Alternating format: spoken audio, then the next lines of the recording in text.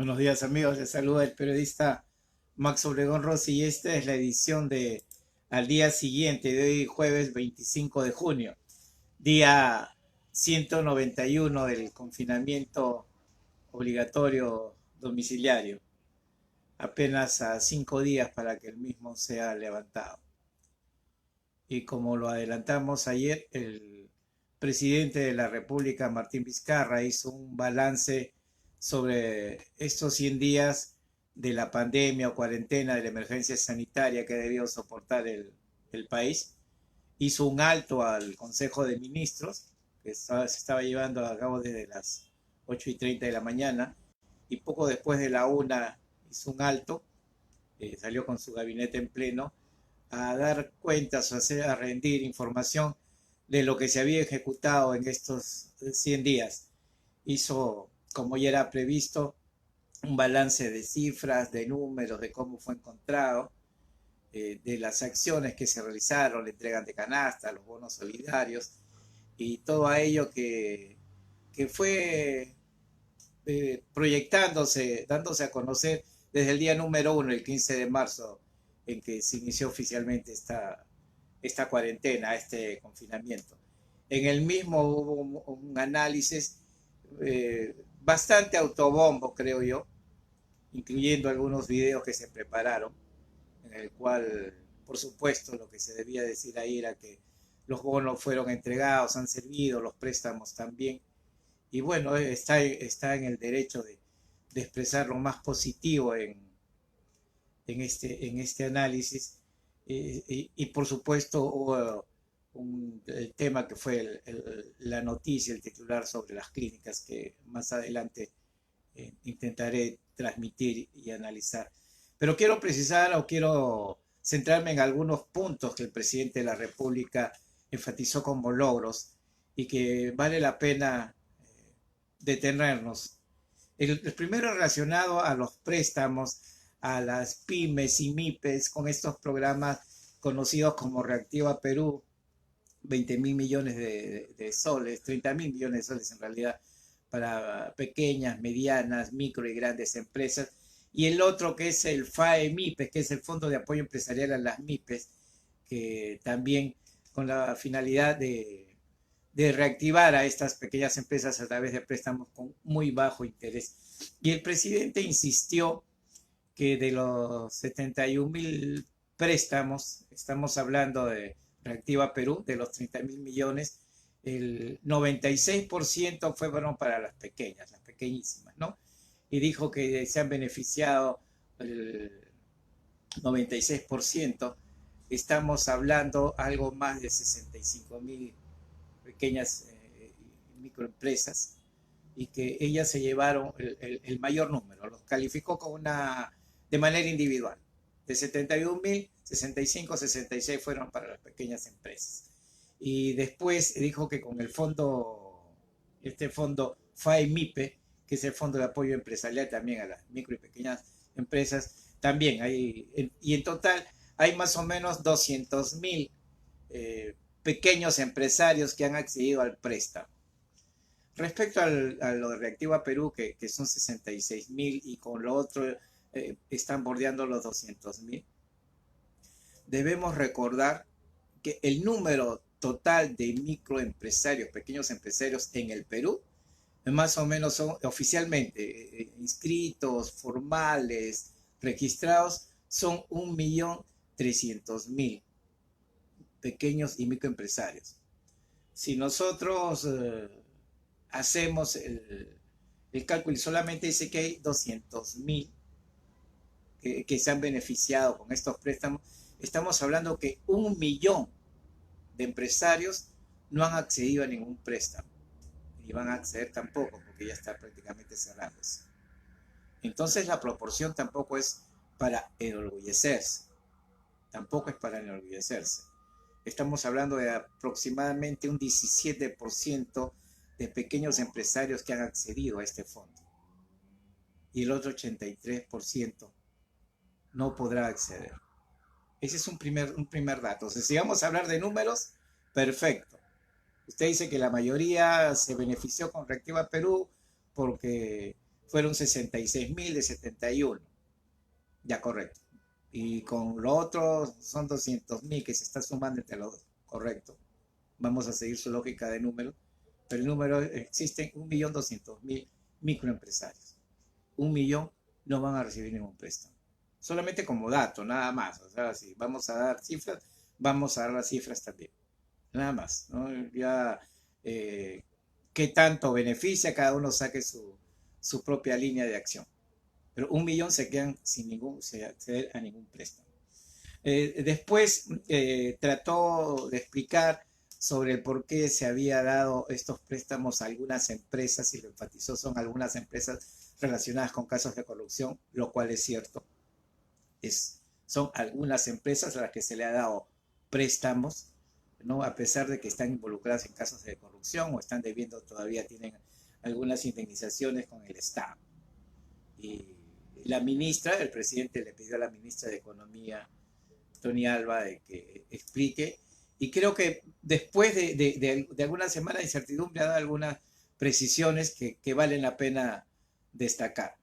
Dijo que efectivamente que han habido filtros, no es cierto que no haya habido filtros, ¿no? Los filtros pasaban precisamente porque no se podían prestar a cualquier ente natural o jurídico que estuviera involucrado en delitos de corrupción o conexos, o sus representantes, sus accionistas también estén siendo investigados.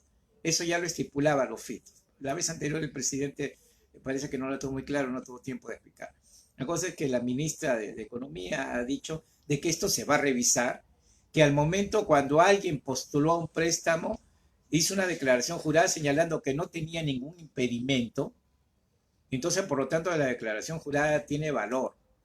Y si alguna persona natural o jurídica ha aprovechado y la entidad que le entregó el préstamo, el banco respectivo, se ha olvidado de estos requisitos o simplemente no fueron exigentes, bueno, la ministra ha dicho que se está haciendo ahorita una revisión y que en caso se haya incurrido simplemente se les va a quitar la garantía y por lo tanto el Estado no los va a avalar.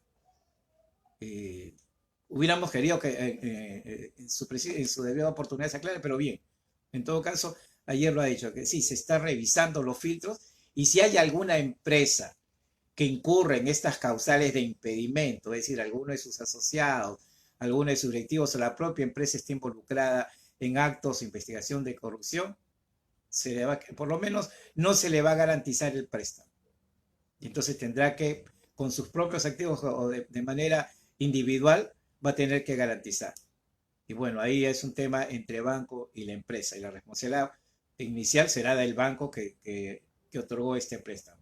Eso está muy bien como precisión. Ya habían filtros y bueno, se ha indicado que en adelante si hay acciones similares se van a amplificar los ojos, pero los filtros estaban, ¿eh? Entonces eso está bastante bien.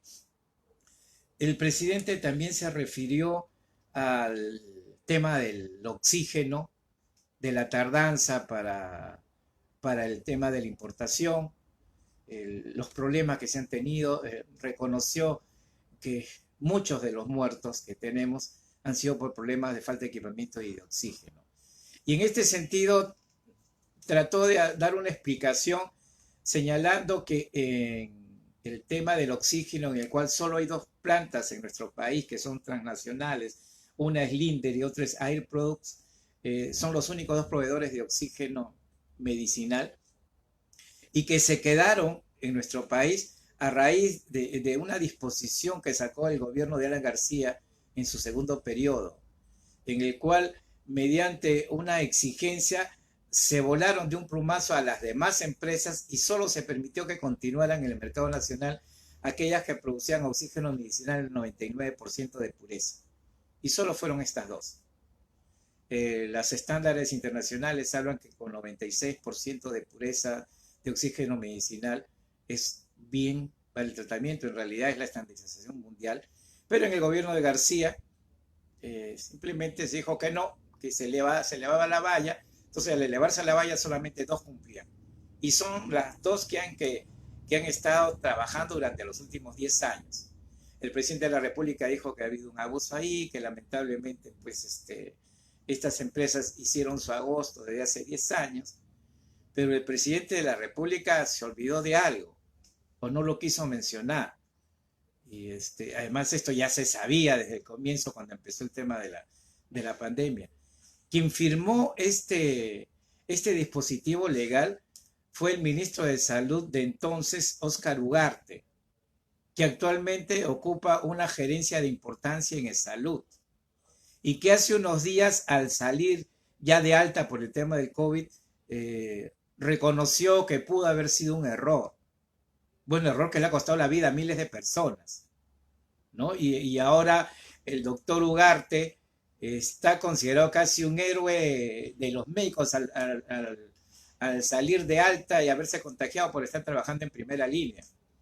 Y en buena hora que ya ha salido de alta y que esté bien y que esté ya recuperado y nuevamente trabajando. Pero hay que recordar, ¿eh? O sea, él lo firmó y después ahora se arrepiente y el propio ejecutivo lo tiene trabajando ahí en primera línea. El tema de las dos empresas transnacionales de oxígeno que hay en nuestro país vienen desde la época de García y continuaron. Y se advirtió apenas empezó la pandemia. Y recién al día 90 y tantos es que se está permitiendo la importación de oxígeno y de otras empresas. ¿Cuántas miles de vidas se hubieran podido salvar en este tiempo? Pidió también que se reconozcan las obras que realiza el gobierno, que no se puede estar echando la culpa de todo por las limitaciones que hay, que esto viene de épocas anteriores, efectivamente viene de épocas anteriores, de gobiernos anteriores, de varios presidentes anteriores, pero el reconocer lo que haya que reconocer, pero es obligación, ¿no? Por algo uno pide la confianza de los ciudadanos para administrar un país. Si uno dice yo quiero ser gobernante porque tengo la solución, es eso, se supone que ya sabe la carne viene con hueso, no de ahora sino de antes.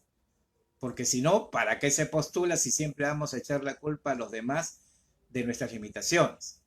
Como decía ayer, lo positivo es que va a quedar infraestructura.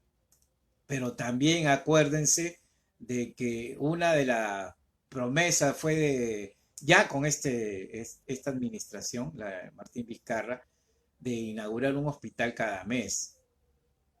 Y no se inauguró, salvo ahora con el tema de emergencia, se han tenido que habilitar la vía panamericana y algunas otras vías para hacer hospitales como consecuencia para enfrentar al COVID-19, pero en todo caso, el esfuerzo que él invoca a cada rato, este es un esfuerzo que hacemos, sí, pues, para eso está elegido, para eso confiamos en las autoridades, es la responsabilidad, como igual en cualquier trabajo privado, todo lo que me ha costado, está bien, pues, te ha costado, es tu trabajo, para eso estás.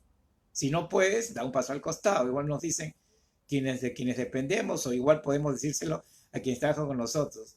Mire lo que me costó hacer eso. Y pues está bien, pues te costó. ¿Cuál es lo elemental? Estás haciendo un trabajo. Y por eso te está remunerando y por eso lo has aceptado. Que después te reconozca, sí, pues que tuviste horas de amanecida para llegar a ese objetivo. Está bien. Pero es parte de nuestra responsabilidad, de nuestra tarea. Hay que reconocer que ha habido un esfuerzo, pero está bien. ¿Quién lo va a hacer? ¿Quién lo va a hacer? Hizo otras cosas, adelantó porque no habrá desfiles de fiestas patrias. Sí, pues era lo previsible. Y no van a haber otras manifestaciones en lo que queda del año. Para los católicos, la procesión del Señor de los Milagros no va a ir también, eso se sabía desde un comienzo. Y se está manejando, el principal tumulto va a ser para las próximas elecciones, en abril del próximo año. Pero Chile también ha suspendido, entonces es parte simplemente de manejo informativo. No es nada extraordinario de lo que hacer, es ese cumplimiento de protocolos de sanidad. Y respecto a un proyecto de ley que ya se aprobó en comisión y que va a pasar al pleno sobre los créditos que tienen los ciudadanos para congelar los créditos durante 3 meses y no se cobre intereses y hay una moratoria, es decir, después recién de 90 días volver a pagar, gente que tiene créditos de consumo, créditos vehiculares, créditos de otro tipo, le pidió nuevamente a la ministra de Economía que responda. La ministra de Economía dijo de que no les parecía bien ese proyecto de ley.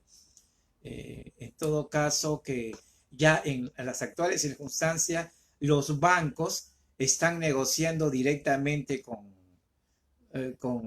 la gente que tiene deudas. La morosidad ha sido mínima y con aquellas personas o empresas que tienen deudas, los bancos se han logrado poner de acuerdo. Dice que se han reprogramado los créditos, que son 8.900.000 créditos. La mayoría de créditos los bancos han acordado con sus clientes replantear una programación con 6 meses de gracia. Se le va a cobrar después de 6 meses y se está prorrateando hasta en 24 meses. Y los bancos ya se están poniendo de acuerdo y que en todo caso una ley de esa naturaleza lo único que va es afectar a 6 millones de ahorristas. Eso es lo que dijo. Que no respondió directamente, pero dejó entrever que se observaría. Una sola pregunta. Si las entidades financieras ya están negociando y ya se están poniendo de acuerdo, ¿por qué tendrían que tener temor a una ley? ¿Por qué? Si ya está todo en orden, si los bancos no se sienten afectados, si están reprogramando, por supuesto ya sería innecesaria la ley, de acuerdo. Pero si ya está si viene una ley, está haciendo acordar al caso de las AFP, cuando metían miedo al comienzo y después no pasó nada, el sistema está ahí, la plata está ahí y la gente iba retirando su dinero. Y como decía, el tema pasó después por este ultimátum, amenaza a las clínicas privadas, ¿no?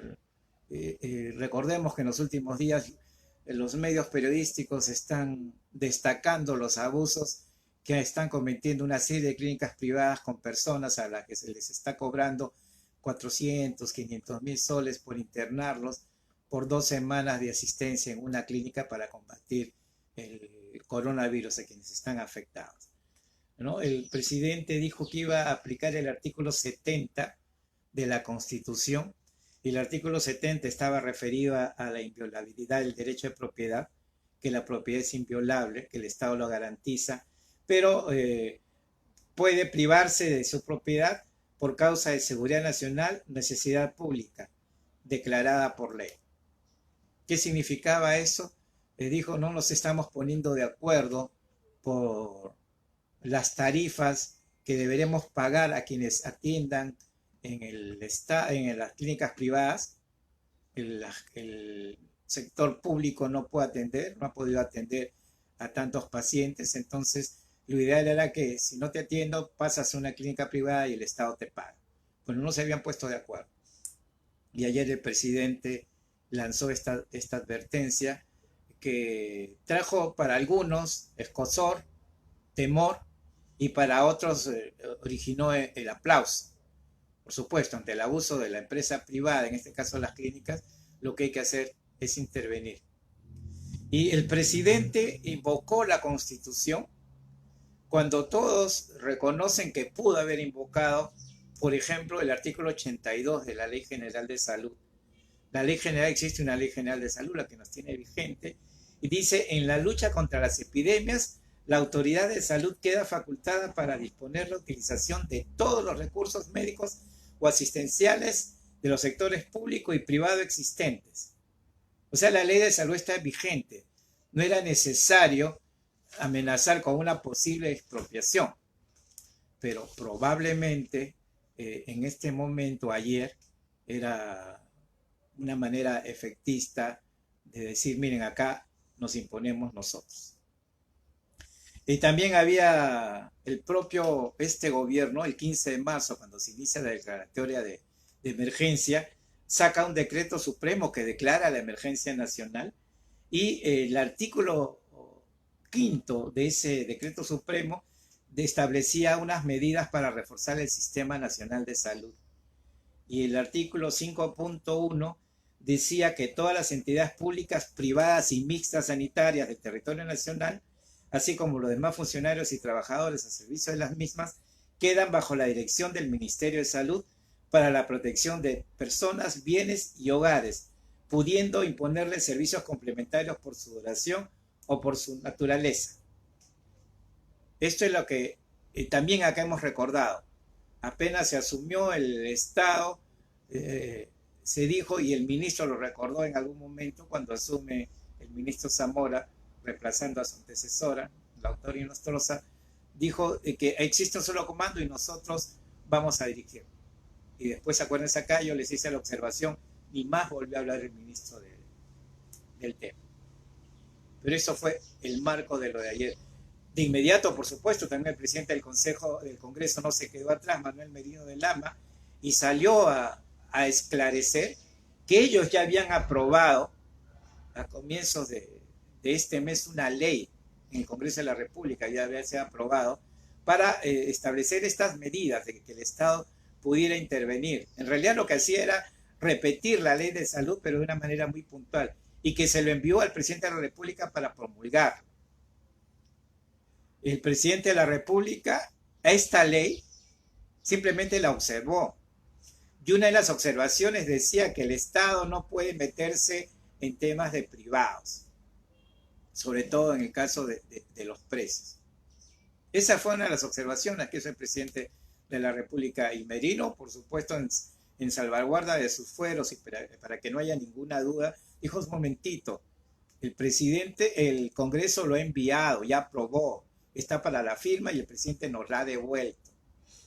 Pero además le dijo: si usted quiere, nos reunimos mañana por hoy, nos reunimos y la Junta de Portavoces insiste, la promulgamos y usted tiene el camino expedito si quiere expropiar, porque para expropiar se necesita primero una ley, por necesidad, por interés público. Ese es el marco en el cual de que se debía hacer, si se quería, una expropiación. Las clínicas privadas, por supuesto, salieron también de inmediato a expresar su preocupación, a recordar que la negociación viene de algún tiempo atrás. Pero además le dijeron: si usted nos va a dar este ultimátum, ¿para qué vamos a negociar? El vocero, el presidente de la Asociación de Clínicas Privadas, el doctor Carlos J. Locke, dijo: si va a haber imposición, ¿para qué vamos a negociar? Y después, con un atrevimiento también en este contexto, nada humildes los representantes de las clínicas salieron a decir: si no pueden manejar los hospitales, ¿qué van a manejar nuestras clínicas? Y ese fue el ir y venir desde las 2 de la tarde hasta la noche. Descartó que ellos piensen en ganancias, descartó, dijo que nosotros lo que estamos sacrificando, estamos haciendo un bien social, estamos renunciando al 50% de los ingresos, no nos pueden maltratar. Eso es lo que dijeron los médicos. Por la noche, cerca de la medianoche, se llegó a una evaluación, a un consenso, se acordó, hubo un consenso entre médicos, gobierno con intervención de la Iglesia Católica y el Consejo, el Acuerdo Nacional. Se llegó a una negociación y se ha quedado, previamente, para que entiendan, las clínicas privadas pedían 97.000 soles por cada paciente para atenderlo, que más o menos el tratamiento iba a durar unos 15 días. El gobierno dijo: no puedo pagar 97.000 soles, yo te voy a pagar por ese mismo tiempo 32.795, casi 33.000, más IGB. ¿No? Eso es lo que te puedo pagar por atender a un paciente que tú me derives. Y fue 97.000 de las clínicas privadas contra 32.000 795 que ofrecía el Estado. Y para seguir graficando cómo se han estado comportando las clínicas privadas, hubo un ciudadano, Edwin Tello, que estuvo internado en la clínica San Felipe. Su familia se quejó ante los medios de comunicación, salió a denunciar hace 3 días, y ayer mismo le dieron de alta estando todavía, según el propio paciente, afectado. Le dijeron, te quejas, ¿no? Ya, pues, no, vaya a hacer su alta nomás.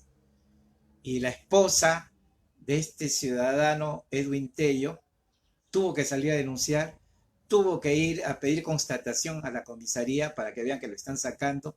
¿Por qué? Porque con el certificado de alta significa que ya está bien. Y al estar bien ni siquiera puede regresar a salud.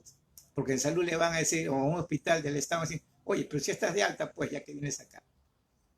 Esa ha sido la ultimita que hicieron las clínicas allá. Bueno, en la noche se reunido, llegaron a un acuerdo. Ya no va a haber una tarifa por día como planteaba el gobierno. El gobierno planteaba alrededor de 2.400 soles por día y las clínicas privadas querían el doble. Bueno, ya no va a ser por día, va a ser una tarifa flat, una tarifa que vale lo mismo por 1, por 15, por 20 o por 30 días, depende de la evolución del paciente. Y esa tarifa va a ser de 55.000 soles por persona, más IGB. O sea, si alguien se interna y está 3 días, vas a pagarse 55.000. Si alguien se interna y está 2 semanas, se va a pagar 55.000. Si alguien se interna y tiene que quedarse 30 días, se va a pagar 55.000. El tiempo dirá, cuando acabe todo esto, el tiempo dirá si fue una buena negociación o no. Si vamos a tener pacientes derivados a las clínicas privadas que van a estar 3 días y se va a pagar 55.000, con lo cual podría ser excesivo, o vamos a tener pacientes de acuerdo al caso en que se va a quedar 30 días e igual se va a pagar 55.000. Eso se verá después cuando se saquen ya las estadísticas y la contabilidad. Lo cierto es que se llegó a un acuerdo de esta naturaleza, pero además no empezó ayer, ha empezado casi el momento en que se dio este decreto, el 15 de marzo, de que se podía hacer uso de las clínicas privadas. 2 datos adicionales antes de darles una evaluación de mi parte. Solamente existen 262 camas en cuidados intensivos de todas las clínicas del Perú. 262. Y en estas 1.200 que el presidente señala que ya tenemos, ya están incluidas estas camas. La contabilidad nos mencionaba estas camas. Pero cuando se estaba hablando y efectivamente decía la gente no hay camas, es porque estas pertenecían o pertenecen a las clínicas privadas. En la contabilidad estaba, pero no se podían utilizar. Y ellas también, las clínicas privadas, han recibido préstamos de Reactiva de alrededor de 100 millones de soles. Una evaluación personal, por supuesto, pero creo que tengo el derecho de hacerlo. Han pasado más de 100 días y recién se llega a un acuerdo. Negligencia, dejadez, interés, cálculo político. Lo que coincide, sí, ayer, de esta amenaza, este ultimátum, que seguro va a ganar muchos aplausos, el que el presidente ha caído en las encuestas. Sigue aprobado, por supuesto, pero ha caído en las encuestas. Lo dijo Ixos Apoyo antes de ayer. Hoy día aparece otra de datum, 11% sigue cayendo. Y probablemente algunas de estas medidas que le han funcionado anteriormente, medidas efectistas, tratar de enfrentarse con alguien o con algún grupo, trae réditos. Lo cierto es que la verdad que no se podía hacer, por lo menos de una manera tan inmediata. Lo cierto es que ya había mecanismos para hacer. Lo cierto es que se han demorado y han habido en el trayecto ya tenemos 8.500 muertos. Si era tan importante, por supuesto que era importante. Las cosas se negocian rápido, se negocian en los primeros días, no se negocian cuando estamos entrando al cuarto mes. Un bluff para recuperarse a las encuestas. Ya veremos las próximas encuestas si esto de verdad le permite una recuperación. Y finalmente, ¿por qué se observó la ley enviada por el Congreso de la República, que está hace casi un mes? Si al final era lo mismo, era solicitar que las clínicas accedan y cedan de una vez la infraestructura que tienen, como lo han hecho otros países, incluyendo algunos que no son considerados de populistas, aquí nomás como Chile, que había una intervención en su clínica, y ni qué decir en sociedades europeas, donde el libre mercado tiene su posición muy clara, sin embargo en el tema social también. Y pasemos a otro tema. Los alcaldes de Lima, por intermedio del presidente de la Asociación de AMPE, Vladimir Paz de la Barra, solicitaron ya no solo que se modifique el toque de queda, sino que se permita abrir restaurantes, bares y estos locales de establecimiento y que estén abiertos hasta la 1 de la mañana. Paz de la Barra dijo de que existen distritos donde esto es posible porque existe un mejor control y de alguna manera también reactiva la economía. Alcaldes que piden funcionar bares y discotecas hasta la 1 de la mañana porque en esos distritos el índice de infectados es menor. El jurado de la Oficina Nacional de Procesos Electorales anunció que la votación del próximo año de las elecciones generales, que van a ser en abril, el 11 de abril, que no sea hasta de 8 de la mañana a 4 de la tarde, sino que sea de 8 de la mañana a 8 de la noche. Votación de 12 horas y no de 8 como ha sido en los últimos procesos. Dijo que esto es para evitar la aglomeración de los votantes. Al tener menos horas, la gente se concentra en menos horas, y al tener más horas, por supuesto, se va a ampliar, la afluencia va a ser mucho menor y por lo tanto el peligro de contagio de coronavirus, que se supone todavía va a extenderse hasta el próximo año, va a ser menor. Es una manera de proteger. También lo han pedido ante el Congreso de la República, que es el que tiene que dar la decisión final respecto a esto, al reglamento, cómo debe ser el proceso de las elecciones para presidente y Congreso. Han dicho de que en todo caso también tienen que exonerarse aquellas personas de riesgo, de grupos de riesgo para ser miembros de mesa. Y si no van a votar, tampoco van a tener una multa. Así lo han planteado, había un temperamento en el Congreso, los han escuchado y vamos a ver qué se decide, porque el Congreso es el que tiene que definir en última instancia cómo va a ser este proceso el 11 de abril del próximo año. Otro caso, el Jurado Nacional de Elecciones postergó también la revocatoria de autoridades regionales y locales. Había programado inicialmente para el 13 de junio, la había programado para el 11 de junio, coincidía 2 días antes de las elecciones generales, el 11 de junio del próximo año. Para eso ya la gente podía comprar planillas y tratar de recolectar firmas para revocar a sus autoridades.